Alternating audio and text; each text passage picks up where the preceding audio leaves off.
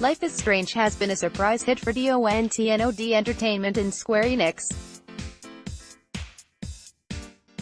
The emotional 5-episode series was a hit with both fans and critics, presenting a welcome alternative to the Telltale-dominated genre of narrative adventure games. It has since spawned a prequel, though developed by a different team, and plans are well underway for a sequel. The company is also working on a new project titled Twin Mirror. But in the meantime, it seems the charming world of Life is Strange goes on, as seen in a surprising announcement during the Xbox E3 2018 media briefing. The awesome adventures of Captain Spirit was revealed. This standalone title is due to release later this month and will be free. We had a chance to see a demo of the game at E3. Our demo was hosted by brand manager Scott Blows and Luke Bogodoust, producer. The pair told us about their desire to always keep the studio busy, and keep the fans interested in the Life is Strange universe that they have created. They've confirmed that Life is Strange 2 is in development and is due to be revealed this year. But in the meantime, they had the opportunity to create something new, and that's how Captain Spirit project came to life. In order to keep fans invested, this standalone game is said to take place in the same universe, and will provide clues for what the sequel will be about.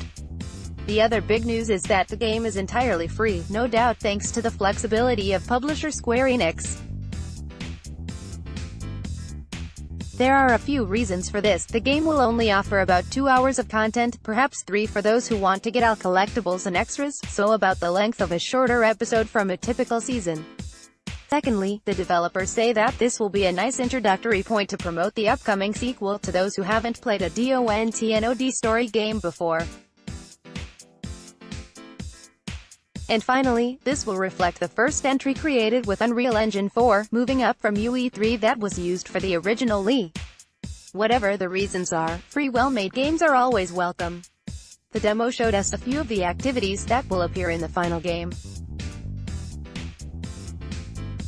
Essentially, this episode is a sandbox-like experience. Players assume the role of a 10-year-old boy named Chris, who has great imagination, and lives alone with his father.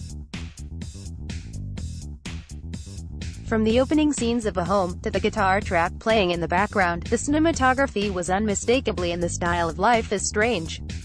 The same goes for the pacing. We control the boy as he explores his room, with familiar interactions and prompts popping up. We have a list of activities that Chris wants to accomplish on this weekend day, and they can be completed in any order. We decide to create a superhero costume, as well as defeat the Water Eater monster. We begin by drawing our future costume and picking the colors.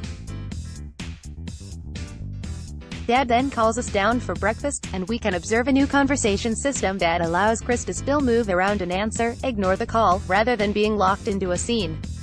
After a quick breakfast and conversation with Dad, their mom is once again mentioned, a subject that the father is still clearly sensitive about. He then goes to watch a sports game on TV, and Chris is again free to explore their home. We decide to defeat the monster, and as we enter the room, we note the option to hold a trigger in order to unlock Chris' hero actions. What this means is, he might be too scared to enter a dark doorway, but he can overcome his fears when he pretends to be a hero. Inside the dark room, Chris is transported to an otherworldly encounter with the monster, who he defeats via quick thumb button mashing.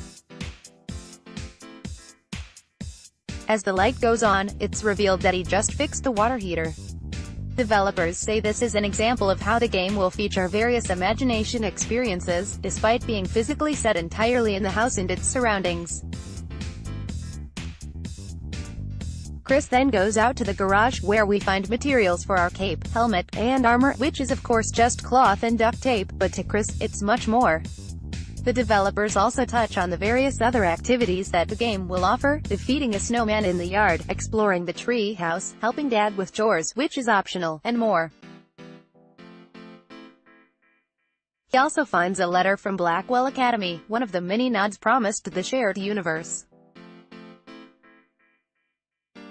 The awesome adventures of Captain Spirit seems like a nice present to fans of the Life is Strange universe. It's free, it looks, sounds, feels, and plays very much like the series, and the promise of being connected to the preceding and next season is sure to draw in fans.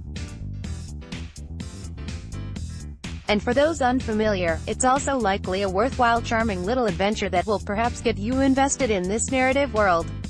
The Awesome Adventures of Captain Spirit will be released on PC, Xbox One, and PS4 on June 26.